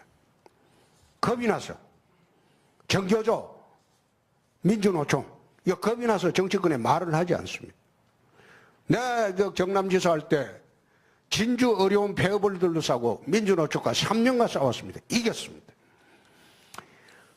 무상급식 파동을 하면서 1년간 정교조 교육감하고 싸우고 내가 굴복시켰습니다. 이거는 대한민국 어떻게 보면 강성기종 노조, 민주노총도 전부가 아니고 그중에 강성기종 노조가 있습니다. 그 일부하고 정교조 이거는 그걸 적폐 세력을 드러내야지 대한민국 경제가 발전하고 성장이 되고 그리고 우리 청년들 일자리가 생깁니다. 두 번째 부동산 정책은 제가 그 반값 아파트 정책을 한번 내본 일이 있습니다. 서민들 주택 공급을 위해서 그게 사실 좌파 정책입니다. 그게 반대 속에 통과시켜 놨는데 여야 합의로 지난번에 그 법을 폐기해 버렸습니다. 내가 이걸 통과시켜 놓고 이명박 대통령하고 조찬을 하면서 자, 이 법을 내가 통과를 시켰으니까 좀 시행을 하게 도와주시라. 그래 이야기하니까 네가 대통령 되면 해라. 나는 안 한다. 그래서 이게 반값 아파트 정책이 소유 개념에서 주거 개념으로 이제 우리 부동산에 대한 인식을 바꾸는 그런 법입니다. 소유 개념으로 치면 이게 이제 부동산 투자가 되는데 주거 개념으로 이제 부동산 개념을 바꾸려고 이 법을 통과시켜 놨는데 이 법을 통과시켜 놓고 난 뒤에 금년인가 작년인가 정동영 의원이 저한테 전화가 왔어요. 야, 이거 네 좋은 정책인데 정동영 의원하고는 개인적으로 친하니까요. 네 좋은 정책인데 이 법 폐기하고 있는데 네 가만히 있나? 그게 내가 국회의원도 아니고 뭐 웃잖아. 뭐 너가 알아서 해라 이런데 그 법 폐기하고 정동영 의원이 다시 그 법안을 제출을 해놨습니다. 우리나라 그 부동산 정책의 근본은 부동산을 소유 개념이 아닌 주거 개념으로 바뀔 때 그것이 부동산 정책이 가능하다는 생각입니다. 예. 법인세는 더 인하하겠다는 입장이신 거죠? 법인세는 저는 그렇게 생각합니다. 인상해가지고 과연 기업들이 활성화되겠느냐? 그래서 오히려 세계적으로는 법인세 인하하는 게 추세입니다. 그 추세인데 무상복지를 하려고 소위 정치인들이 선심만 쓰려고 그래 하다 보니까 무상복지 재원을 법인세에서 찾는 겁니다. 부자 정세라고 이야기를 하는데 우리나라 아마 제가 상위 20% 소득을 가진 분이 우리나라 소득세의 93%를 낸다는 내 통계 수치를 봤습니다. 그리고 하위 우리나라 세금을 안 내는, 소득세를 안 내는 계층이 35에서 40%가 소득세를 한 푼도 안 냅니다. 면세점에 있습니다. 그래 있기 때문에 이런 상황에서 다시 부자 정세를 하자 이렇게 주장하는 것은 그것은 거기서 돈을 뜯어가지고 무상으로 나눠줄라.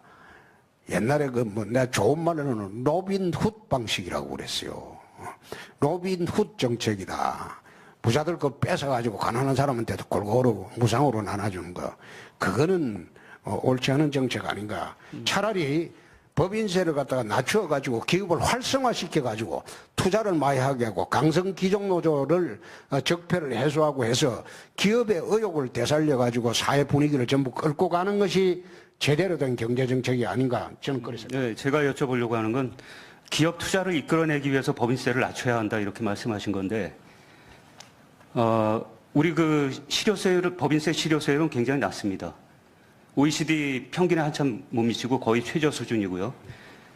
MB정부 때부터 법인세를 낮췄지만 감면해주고 투자가 오히려 줄어들었습니다. 그건 노조 때문이지. 그건 노조 때문이에요. 실제로 기업 현장에 가보면요. 어느 기업이 좀 성장을 하면 그 노조가 침투를 합니다. 침투를 해서 노조를 새로 만들어가지고 그 기업이 또 나중에 되면 이거 못하겠다. 직장 폐쇄하고 엉망이 됩니다. 그렇게 해서 사라진 기업들이 많습니다. 경남에도 그런 기업이 있습니다. 창원에도. 그런데 노조에서 원인을 찾는 건 너무 좀 비약이 아닌가 싶은데요. 기업들이 유순열 기자님이 경제부 기자가 아니잖아요. 경제부입니다. 경제부예요. 그럼 시각이 좀 틀립니다. 제가 검사 출신이시니까 검찰 관련된 질문 하나 드리겠습니다. 요즘 검찰에 대해서 국민들 시선이 뭐 이렇게 썩 곱지만은 않은 것 같습니다. 뭐 물론 소수라고 생각되는데 법과 원칙 그리고 정의 이런 것보다는 정치적 상황을 더 고려하는 검사들도 있고요. 그래서 검찰 개혁이 필요하다는 지적이 이제 국민들로부터 나오고 있는데 이 점에 대해서는 어떻게 생각하십니까? 이 점에 대해서는 좀 한마디 말씀드리겠습니다. 저희들이 검사할 때는 정말 검사를 정의롭게 했습니다. 저희들이 검사할 때는 수사비가 안 나왔어요. 그래서 검사 월급 털어가지고 피의자들 잡아오면 같이 저녁을 먹어야 되는데 우리는 곰탕 먹고 여기는 라면 줄 수 없으니까 같이 라면도 먹고 그랬어요. 그 당시에 검사 월급의 절반은 수사비로 다 썼습니다. 그런데 요즘 검사들 하는 거 보니까 푸른 바람이 불면 눕는데 요즘 검사들은 바람도 불기 전에 지가 알아서 덜러버 버려요. 내가 그걸 몇 번 봤습니다. 검사들이 이래서 되느냐. 알아서 기는. 그런 풍토가 나는 크게 잘못됐다고 생각합니다.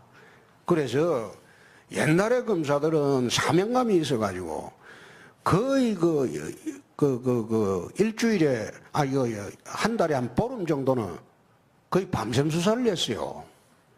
요즘 검사들은 내 쳐다보니까 셀러리맨 월급 받으러 왔다 갔다 하고 대접 받으러 왔다 갔다 하고 밖에 나서 대접받기를 원하고 그러니까 그랜저 검사가 생기고 벤처 여검사가 생기고 법조비리의 원흉이 되고 그렇게 되고 있습니다. 그래서 내가 참 제가 검사할 때는 하고 올 때하고는 하도 달라서 이거 참 안타깝다고 생각이 드는데 그래서 내가 검찰 개혁의 일환으로 이제 경찰도 어느 정도 능력이 수사 수준이 검사만큼 올라왔으니까 같이 영장 청구권을 줘가지고 검사가 경찰 감시하고 경찰이 또 검사 감시하고 상호 감시 체제를 만들자.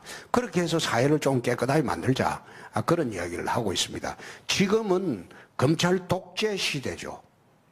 유일하게 수사권을 독점하고 있으니까 검찰 독재 시대에서 검찰의 역할이라는 것은 어떻게 보면 정말로 중요한 것인데 제대로 역할을 못하고 권력의 시녀가 되고 있으니까 이거는 개혁해야 되는 그런 첫째 타켓이 아닌가 그런 생각을 합니다. 그 본인 스스로 독고다이 아까 말씀하셨죠? 독고다이다 이렇게 말씀하셨는데 독고다이는 혼자 결정하고 다소 독선적인 이미지를 상징하는 그런 말인 것 같습니다. 그래서 그 국민통합형 지도자로는 부적절한 거 아니냐 이런 얘기도 나오는데 어떻게 생각하십니까? 독선적이라기보다도 제가 이제 결정을 할 때는 주위의 참모들 의견을 다 듣습니다. 전부 듣고 난 뒤에 결정을 하는 것이지 혼자 결정하는 것은 아니라는 거 우선 말씀을 드리고 두 번째 나라의 대통령이 되려면 대한민국의 가장 똑똑한 사람들이 대통령 참모로 다 들어옵니다. 그 참모들 의견 듣고 결정을 하고 집행을 해야지 대통령이 혼자서 어떻게 만기 칠람을 할 수 있습니까? 만기 칠람 하려고 하다가 문제가 커진 게 최근의 사태 아닙니까? 그 박근혜 전 대통령의 실패는 결국 불통의 결과였다. 이런 분석이 많습니다. 그렇다고 해서 박근혜 대통령이 정치인들을 만나지 않은 건 아닙니다. 여야 리더들을 많이 만났죠. 하지만 대화가 제대로 되지 않았습니다. 홍 후보께서는 강한 대통령을 강조하십니다. 그래서 혹시 그런 강한 스타일 때문에 자주 모시겠다고 했는데 만나서 소통이 안 되는 거 아닌지 우려하는 목소리도 있을 것 같습니다. 미국 같은 경우에 대통령이 정례 브리핑을 갔습니다. 국정 브리핑을 갔습니다. 근데 우리나라 대통령은 국정 브리핑이 없습니다.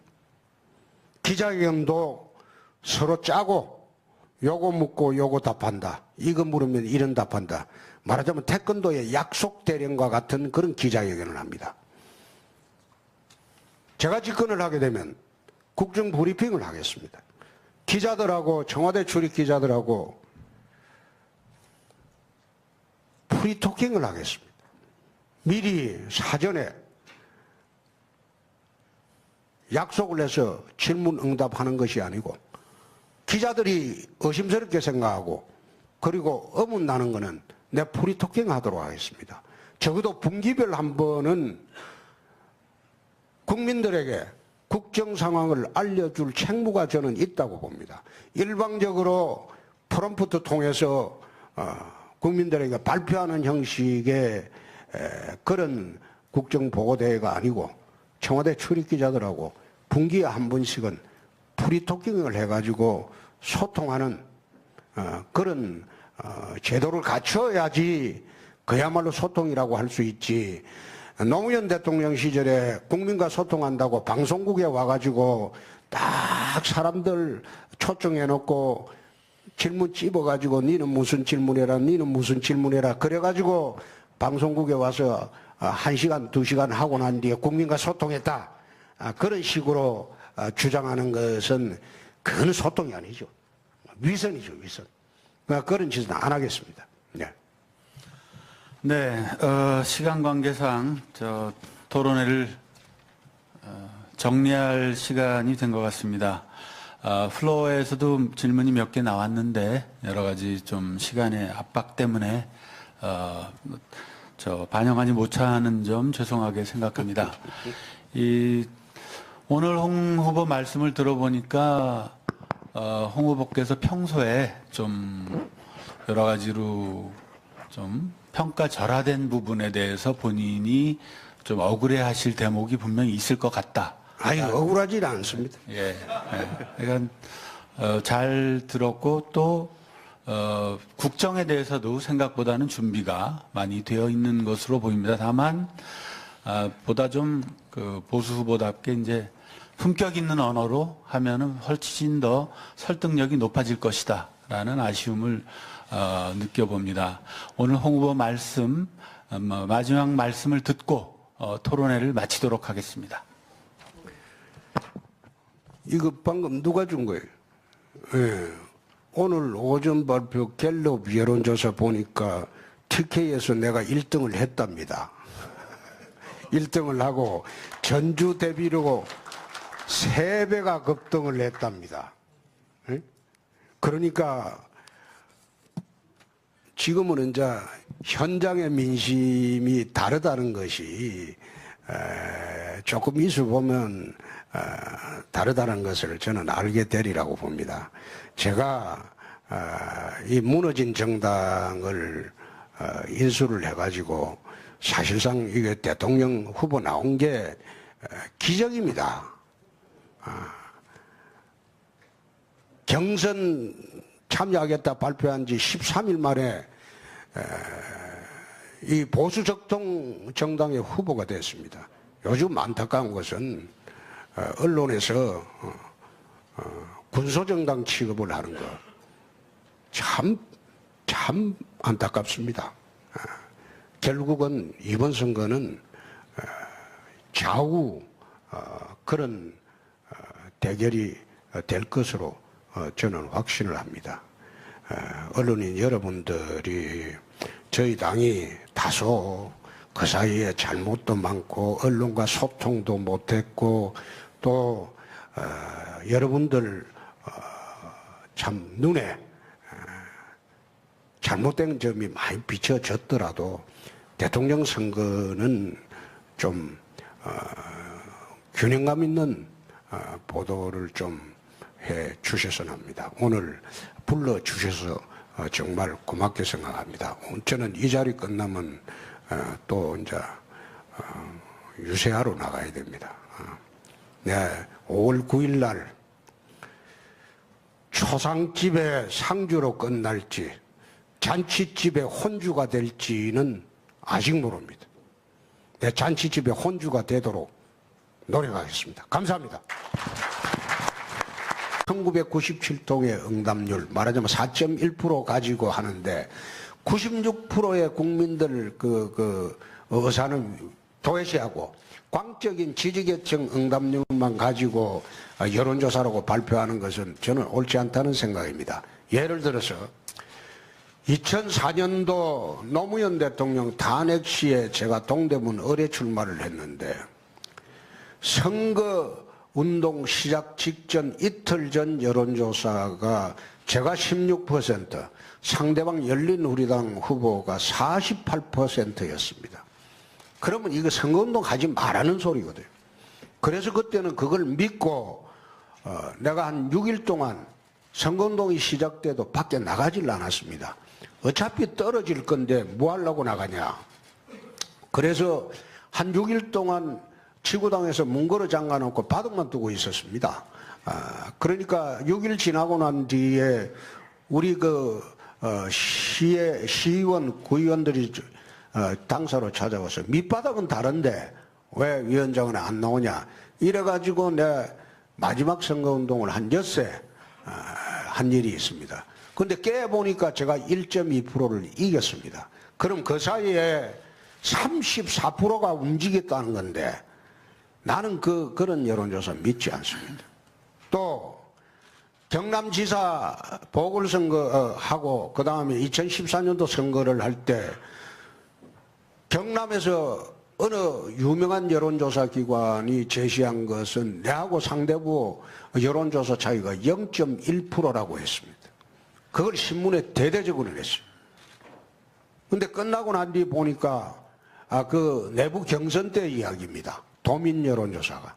근데 우리가 한 여론조사는 무려 24%가 차이 났는데 그 신문에서 또 그 여론조사 기관하고 한 그 후보 지지율차가 내부 경선에서 도민 여론조사가 0.1% 차이라고 신문 1면, 2면, 3면 대대적으로 냈어요. 끝나고 난 뒤에 내가 그 여론조사 로데이터를 보자. 그 로데이터 불러가지고 내 선관위 제소를 냈습니다. 그 여론조사 기관 문 닫았습니다. 의도적인 조작으로 밝혀졌어. 그래서 저는 2004년 이래에 여론조사를 믿고 선거운동 하지 않습니다. 밑바닥 여론이나 우리 자체 여론조사는 확연히 다르다는 거 다시 한번 말씀드립니다. 예. 그러면은 지금 그 대선이 시작된 이후에 대한민국에서 나온 모든 여론조사가 에서 홍준표 후보께서 10%를 넘는 경우가 드물었는데 그럼 모든 여론조사가 다 틀리고 홍준표 후보 캠프에서 하는 자체 여론조사만 맞다. 그런 말. 내가 그런 뜻은 아니고요. 여태 나왔던 것은 맞다는 이야기를 전제로 하겠습니다. 그러나 최근에 그 양상이 많이 달라졌다고 내 말씀을 드린 겁니다. 여태 나온 여론조사는 그렇게 나올 수가 있습니다. 우선 보수 진영이 태극기 민심도 지금 우리가 다 흐트러졌고 또 일부 바른정당도 떨어져 나갔기 때문에 아마 여론조사 할 때 그런 경향이 있었다.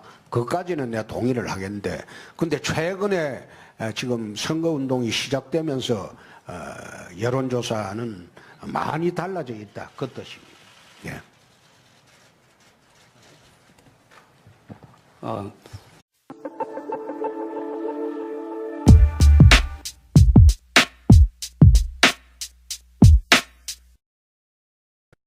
자유한국당 대선 후보가 되었고 그리고 본격적으로 활동한 것도 지금 보름 남짓합니다. 문재인 후보나 안철수 후보는 지난 5년간 대선 준비를 하면서 열심히 뛰었다고 봅니다. 지금 한국의 보수 우파들이 일시적으로 안철수 후보에게 가 있지만은 그 안 후보의 사실상 그 모습을 들여다 보면 박지원 대표의 뒤에서 모든 오퍼레이팅을 박지원 대표가 하는 거 아닌가.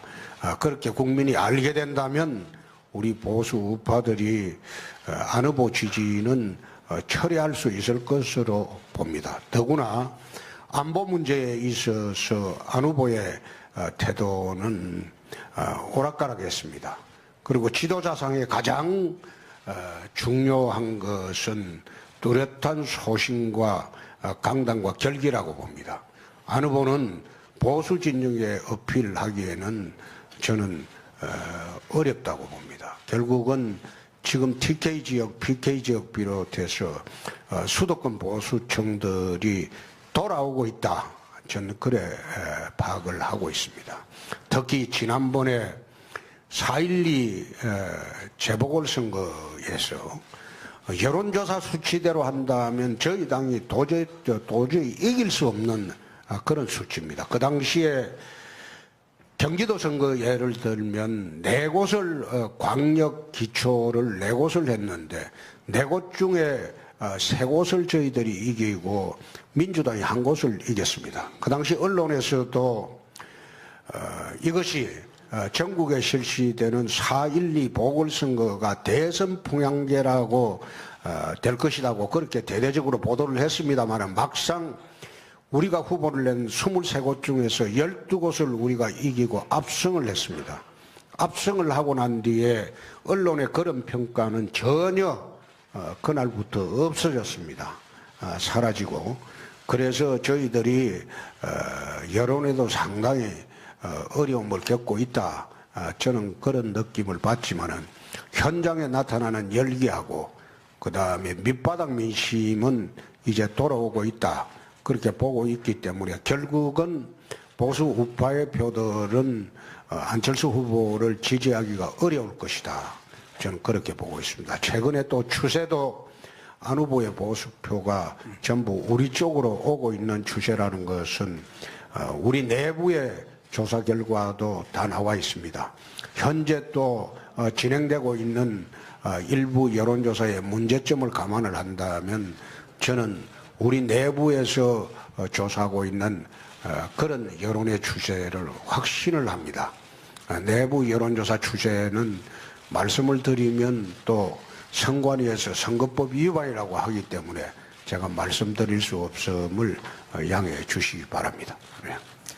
그 홍 후보님 말씀 들어보면 그 안철수 후보 쪽으로 가 있던 표가 이제 홍 후보 쪽으로 많이 돌아오고 있다 이런 말씀인 것 같습니다. 그렇습니다. 결과적으로 그렇게 되면 의도했건 의도하지 않았건 그 문재인 후보에게 유리한 구도가 형성되는 게 아니겠습니까? 그래서 뭐 일각에서는 홍준표를 찍으면 문재인이 된다 이런 얘기도 나오는데 어떻게 생각하십니까? 그 이야기는 내가 그 박지원 선배가 한 것으로 내가 알고 있습니다. 그런데 홍준표를 찍으면 홍준표가 된다는 것은 우리는 지금 홍찍자로 다 바꿨습니다. 홍준표를 찍으면 자유대한민국을 지킨다. 그거로 다 바꿔놨습니다. 그런데 그게 지금 아마 그 영남지방을 중심으로 판이하게 양상이 바뀌고 있습니다. 특히 대구 경북 지역에서는 국회의원님들이 70% 이상 득표를 할 수 있다. 지금 자신을 하고 있습니다. 지금 자꾸 돌아오고 있는 중이기 때문에 그런 홍준표 찍으면 문재인 된다는 그런 구도는 나는 국민들이 받아들이지 않을 것으로 봅니다. 또 최근에 제가 이야기한 것 중에서 지도자는 어떤 상황에서도 거짓말해서는 안 된다. 그걸 내가 누차 이야기를 했는데 최근에 문재인 후보에 대한 거짓말 논란이 끊이지 않고 또 지난번에 북한 인권 결의안 문제를 갖고 내가 이야기할 때 TV 토론에서 청와대 회의록을 공개하면 이게 대부분 답이 나올 건데 왜 회의록을 공개하지 않느냐 했는데 오늘 내가 아침에 나오다가 보니까 청와대에 메모가 공개가 돼서 송민숙 회고록에 보면 문재인 후보 거짓말도 크게 한 것이 됩니다. 그래서 국민들이 그런 거짓말하는 분 그리고 또 안보 관련해서 북한을 주적이라고 말하지 않는 그런 분한테 과연 국군 통수권을 맡길 수 있을 것이냐 저는 거기에 대해서는 상당히 회의적으로 봅니다. 그래서 문재인 후보가 저는 보기에는 대통령 되기는 어렵지 않을까 저는 그것을 확신합니다. 예. 네, 그 선거 관련돼서 좀 더 여쭤보고 들어가겠습니다. 대선 출마 활동하신 지 지금 뭐 약 한 보름 정도밖에 되지 않으셨다고 말씀하셨는데 아니 한 달 정도 됐죠. 네, 본격적인 거 이제 출마해서 하시고 그런데 여론조사를 보게 되면은 우리 홍 후보님의 지지도가 그리 높게 올라가지 않고 있습니다. 또 보수층의 지지들을 모으는 게 쉽지 않은 것 같은데요. 네. 그런데 그 일부 지적이긴 합니다만은 자유한국당 시도의원들 가운데서도 입장에 따라서 홍 후보님 지지에 적극적으로 돕지 않고 있다, 이런 지적도 나오고 있습니다. 이 점에 대해서는 어떻게 생각하시는지요? 그것은 지지도가 낮으면 분산이 우리 당의 당뇨들이나 우리 당의 국회의원들이나 전부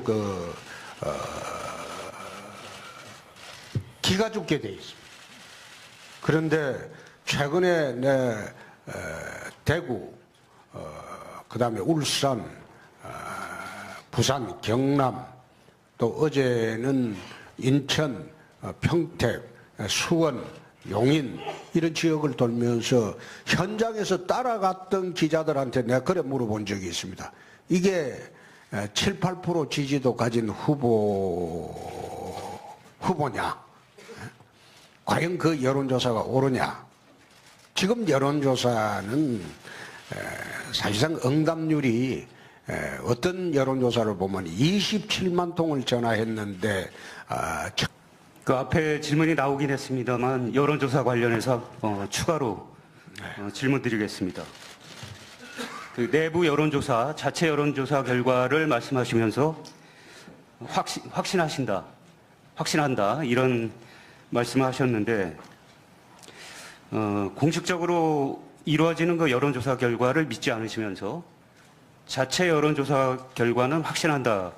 이게 어떤 여론조사길래 그렇게 확신을 가질 수 있는지. 그게 이번 재보선 결과를 마친 것은 우리 자체 여론조사뿐입니다. 이번 재보선에 전국에 23곳의 진행이 됐을 때 우리가 12곳을 이겼습니다.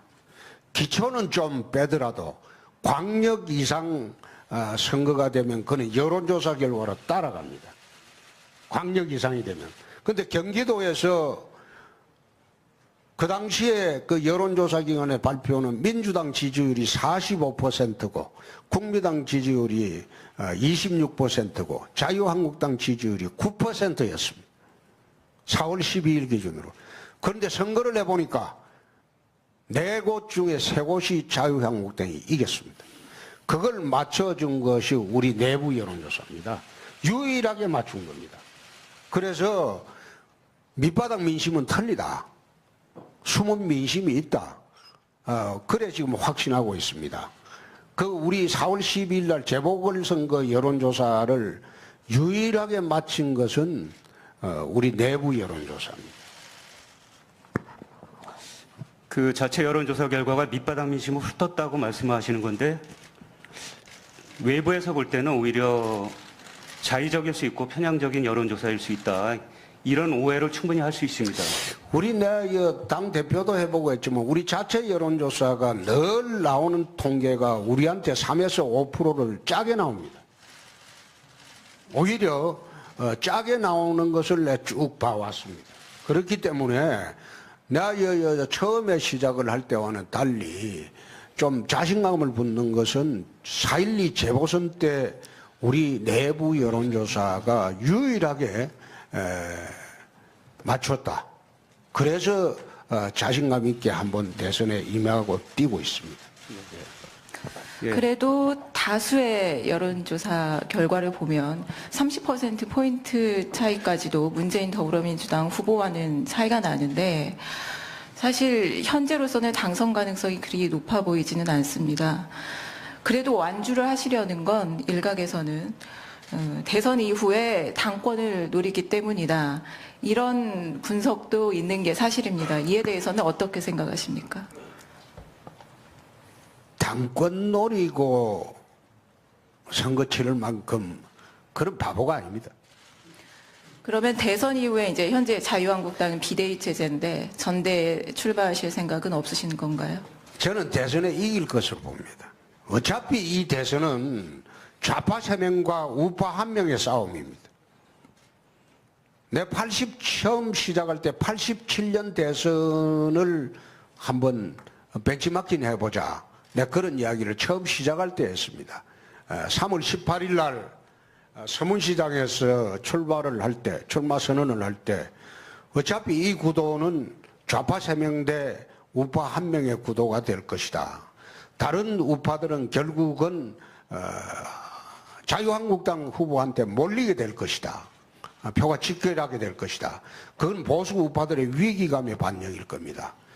그런데 지금 이 선거가 내가 87년 선거를 다시 한번 벤치마킹 해봐라. 내 당직자들한테 그렇습니다. 그런 이야기를 합니다. 그 당시도 민주화 열풍 때문에 사실상 노태우 지지라는 말을 전혀 못할 때입니다. 밖에 나가서. 그런데 깨보니까 4당 구도에서 노태우 대통령이 됐습니다. 37% 정도로. 그래서 제가 이번 선거를 바라보면서 탄핵으로 어렵다. 정말 어렵다. 어렵지만은 이 선거는 결국은 탄핵 대선에서 안보 대선으로 프레임이 바뀔 것이다. 안보 대선으로 프레임이 지금 바뀌었습니다. 바뀌었기 때문에 우리가 희망을 갖고 해볼 수 있다.